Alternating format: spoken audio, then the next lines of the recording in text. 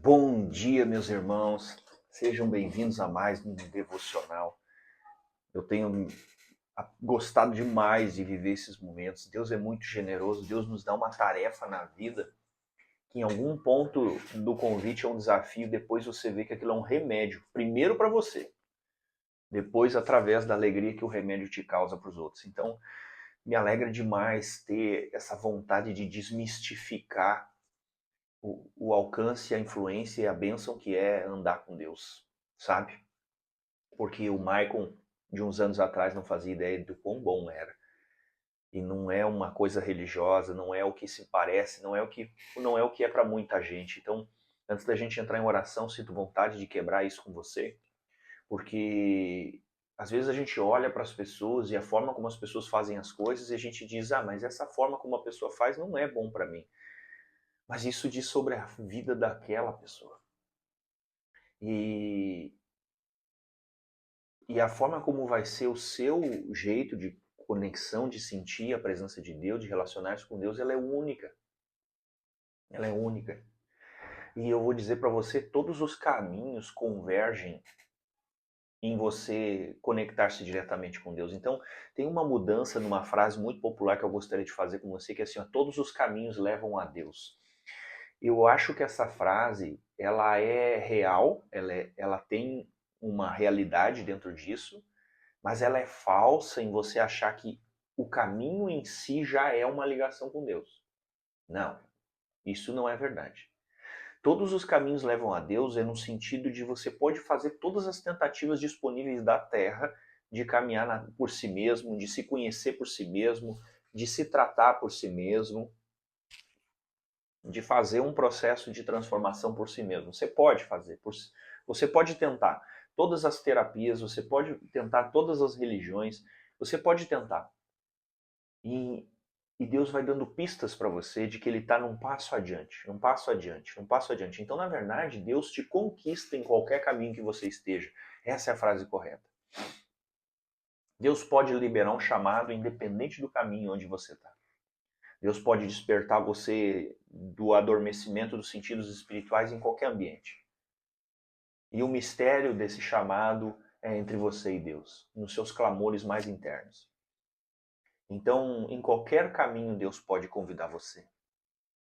E a partir de então, a sua vida não tem como ser a mesma. Você sabe com quem você está, você sente um amor que não tem comparação. Você começa a mudar a sua personalidade simplesmente por ser levantado, assim como acontece com Paulo. Você começa a mudar, amados. E eu quero que você permita que isso atravesse a sua alma, porque essas palavras que eu trago nessas lives aqui são para atravessar a sua alma, não são para instruir você. São para lhe dar esperança, são para lhe dar remédio, são para lhe dar alimento onde quer que você esteja, amado. Então considere que o que nós vamos fazer aqui hoje é uma refeição espiritual. Porque só assim você vai dar o valor e experimentar a profundidade do que a gente está fazendo aqui. Isso aqui não é outra coisa. Isso aqui não é uma aula bíblica, isso aqui não é uma aula de teologia, isso aqui não é coisa nenhuma. Quebre essas objeções, porque não é o que nós estamos fazendo aqui. Preste atenção, isso aqui é alimentação. Nós estamos enchendo um prato de comida espiritual, de maná espiritual para você forrar a sua alma, o seu espírito. É isso, o canal da refeição em Deus. E deixar que essa refeição desfaça por ela mesma. A partir do momento que você come essa refeição, ela dentro de você começa a agir. Igual vitaminas, igual todas as coisas da terra, ela começa a agir sobre você e transformar a sua realidade. Então isso aqui é para que ninguém morra de fome, isso aqui é para que ninguém seja desnutrido, isso aqui é para que nossos irmãos tenham iguais possibilidades de encontrar a luz, a glória e o aperfeiçoamento espiritual. Amém, meus irmãos? Faz sentido? Então feche seus olhos, vamos orar. Senhor, eu coloco na tua presença esse espaço do que estamos fazendo aqui, o nascimento dessa pequena igreja espiritual, que é o verdadeiro sentido e o propósito da tua vontade, que haja discernimento espiritual na mente dessas pessoas como da minha, para que possamos ver a verdade que vem do Espírito de Deus e não estabelecer ideias sobre as palavras que utilizamos na terra. As palavras são só como vento, as palavras são como diz Salomão, são vento, as palavras aqui, tudo que é aqui são simplesmente coisas passageiras. Eu digo para as pessoas que as palavras são como embalagens de bombom, elas só podem revestir as coisas, mas o que importa é aquilo que carrega. E o que carrega vem de dentro. Então, Senhor, nesse momento, enche o nosso coração da Tua presença. Forra, Senhor, esse prato de comida para que sejamos bem alimentados, Senhor. Para que as pessoas que estejam aqui ouvindo essa palavra sejam forradas na presença do Teu santo nome. Age dentro do lar dessa gente, Pai. Quebra as objeções e as complicações que nós, seres humanos, arrumamos para nós mesmos por falta de discernimento espiritual, em nome do Senhor Jesus, Pai. Por favor, Senhor, começa a quebrar objeções quanto a andar contigo, quanto à igreja, começa a liberar perdão, Senhor. Se essas pessoas foram feridas por religiões, por favor, Senhor, liberta eles disso, desamarra eles desse lugar. Se essas pessoas foram feridas por homens, Senhor, quebra as objeções, liberta essas pessoas disso, Pai.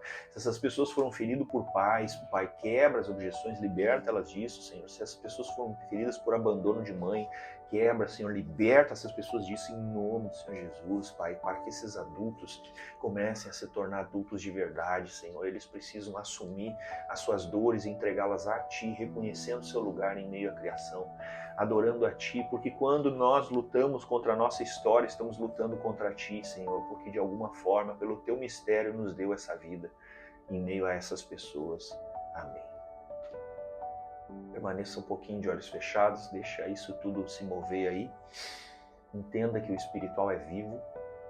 Respira fundo 1, 2, 3 vezes, por favor.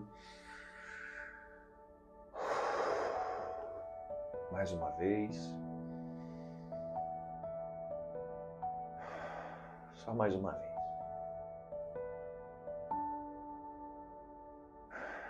Muito bem, meus irmãos. Permaneçam firmes.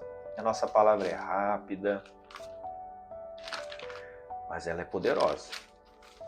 Vamos ver o que Deus preparou para nós hoje? Deus é bom demais. Olha que coisa maravilhosa. Atos 13. Então pega essa visão, pega esse prato de comida e se refestele nele. Deixe isso aprofundar-se dentro de ti.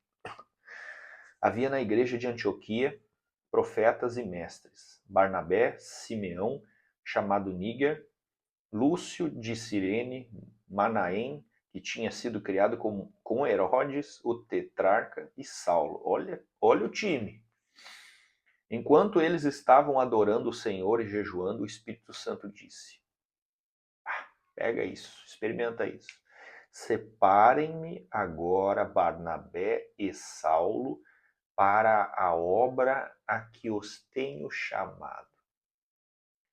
Então, jejuando e orando, impondo as mãos sobre eles, os despediram. E eu não preciso ler o resto para você, porque você mesmo pode ler a partir de Atos 13, mas eu quero que você agora feche seus olhos 1 segundo ou 2 e deixe isso conversar com você. Respirar fundo, amado. Isso aqui é nutrição, precisa de um tempo para chegar, não é assim. Precisa atravessar as barreiras. Respira mais um pouco.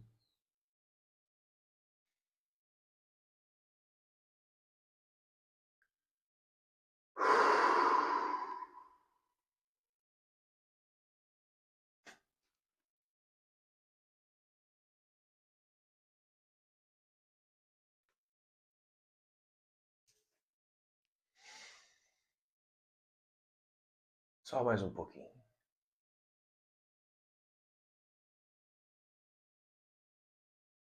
Vamos, irmãos, confiem. Confiem que o silêncio também tem uma função na sua vida. Isso. Vamos lá. Quando nós estamos lá nas redes sociais, a comunicação é uma e ela tem uma finalidade. Mas quando a gente está aqui, a comunicação é outra, ela tem outra finalidade. E quando nós estamos juntos, a comunicação tem outra e ela tem outra finalidade. São camadas. São camadas.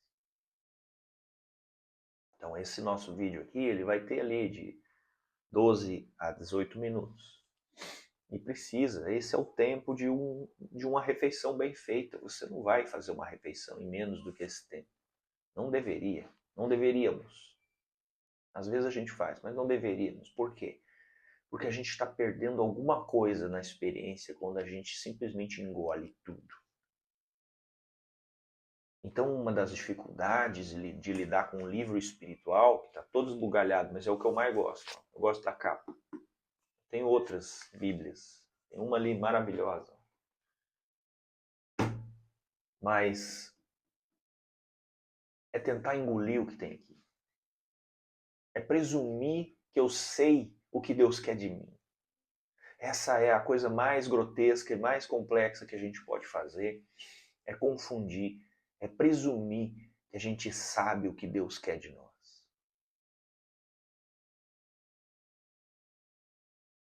Não funciona. Não importa se eu sou um pastor, se eu sou um profeta, se eu sou um padre, se eu sou uma pessoa comum. Presumir, presunção. Vamos lá. Estou chegando onde eu quero e conectar com a palavra. Quando eu vou falar com as pessoas coisas profundas, eu sempre faço pausas para ter certeza que aquela pessoa está comigo. E aí a gente faz juntos uma travessia espiritual, que é o que a gente está fazendo aqui agora. Então vamos lá. Saulo e um monte de pessoas, Saulo vem a se tornar Paulo depois, né? Não ganhou ainda o nome. Estão orando e jejuando.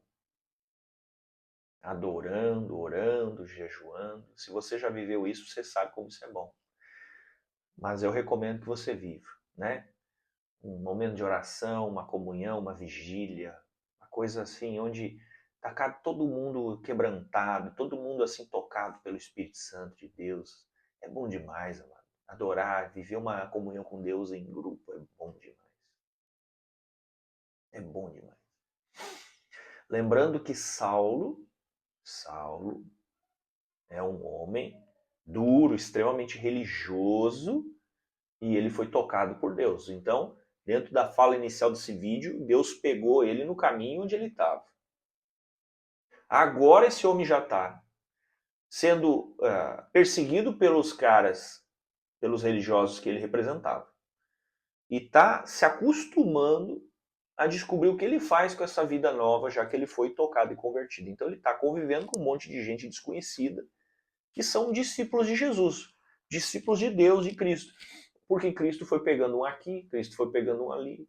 Cristo não pega necessariamente uma família inteira, ele pega um aqui, ele pega um ali, e bota todo mundo junto, as pessoas se olham e dizem assim, ok, fomos tocados por Jesus, e agora? Esse é o reino dos céus. Um monte de desconhecidos que tem um chamado em comum completamente espiritual. Isso é lindo demais, você não acha? Então tem o pardo, tem o negro, tem o índio. Não há um grupo tão heterogêneo quanto o reino de Deus. Não há na Terra um grupo tão heterogêneo, tão diferente um do outro quanto o reino do Senhor Jesus. Então toda a ideia associada de segregação que haja dentro do reino de Deus, eu não estou falando de cristianismo, eu não estou falando de religião, mas toda ideia que seja associada ao reino de Deus que envolve segregação é falsa, mano. Porque Deus toca a gente lá na África, Deus toca a gente dentro da tribo indígena. E aí algumas vezes as pessoas acham que todos os índios foram forçados a ser convertidos. Alguns podem ter sido por causa da história da religião que sempre esteve junto com o reino de Deus, mas nem sempre esteve andando a serviço do reino de Deus. E essa é a palavra de hoje. Quando a gente pega Paulo, quando a gente pega o apóstolo, o Saulo, que vai se tornar apóstolo Paulo, ele era um religioso que achava que estava a serviço de Deus. Anota isso aí no seu coração. Então a religião, às vezes, com muita frequência, acha que está a serviço de Deus. Está aqui na minha mão, essa é a revelação dessa manhã. Respira e pega isso. Isso fala de grupo, isso fala de nós, isso fala de todo mundo, tá? Estamos quase finalizando. Respira fundo, vai.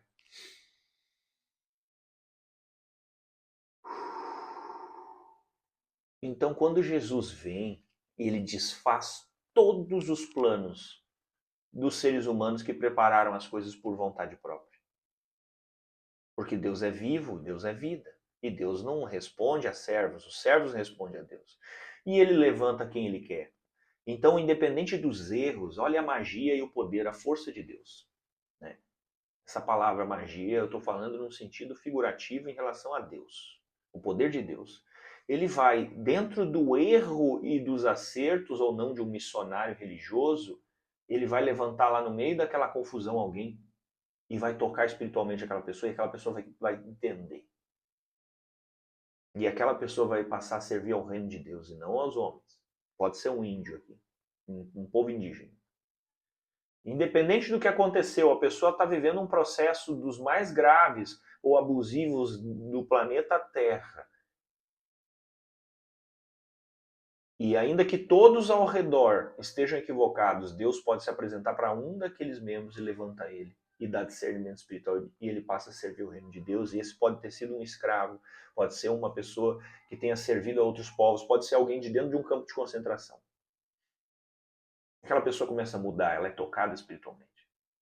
E aí ela vai ajudar os outros depois. Deus escolhe alguém para fazer.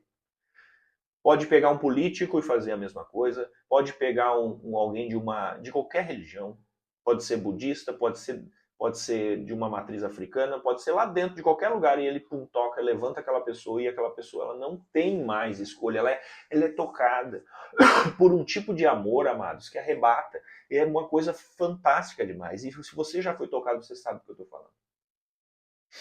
Então essa pessoa ela passa a ter discernimento e coparticipação no reino de Deus. Ela não é um escravo, ela é um servo voluntário. E ela vai andar pela terra e vai dar boa nova para as pessoas com propriedade, convicção, porque ela não é a mesma pessoa. Foi isso que aconteceu com Paulo. Mas primeiro ele é tocado. Depois ele vai ser transformado e por fim ele recebe uma missão que continua o processo. E esse é o momento em que ele é chamado a uma missão que às vezes as pessoas não entendem, não vão apoiar, porque ela vem de Deus. Então quanto mais religiosa for a sua mente, e agora eu quero falar de religião mental, não mais de religião estatutária, não, a religião ela é um processo psíquico que muitas pessoas se associam por ali. Então a religião, o socialismo é uma religião. As pessoas dão dinheiro para lá e aquele lugar governa sobre eles. O capitalismo é uma religião. O cristianismo também é. E assim todas as coisas que são feitas dessa forma. Então a mente é religiosa. E aqui Paulo está sendo transformado e deixando de ser uma mente religiosa para ser um servo de Deus. Então Deus vai lá e olha só a coisa, né? Deus pega o cara mais religioso, mais austero e mais exigente e transforma ele num apóstolo de gentios, de pecadores e de pessoas que ninguém quer ir falar. E ele faz isso com alegria, porque ele é transformado espiritualmente. Então eu oro por você agora. Senhor, abençoa a vida dessas pessoas que receberam essa palavra hoje, Pai, para que possa tratar, Senhor, toda a religiosidade, toda a ideia de saber e achar que sabe o que o Senhor quer da vida dessas pessoas, para que possa haver espaço, Deus, para que possa haver espaço para uma comunhão sincera, uma comunhão verdadeira, Pai, em nome de Jesus, liberta essas vidas, Senhor, liberta os corações cativos em amarras ancestrais, em amarras de lealdade psíquica, para que possam haver um coração disponível a receber a Tua palavra dentro do coração e guiá-las dentro do reino de Deus, Senhor. Amém. Fiquem com Deus, tenham um ótimo dia e que Deus faça maravilhas através de você.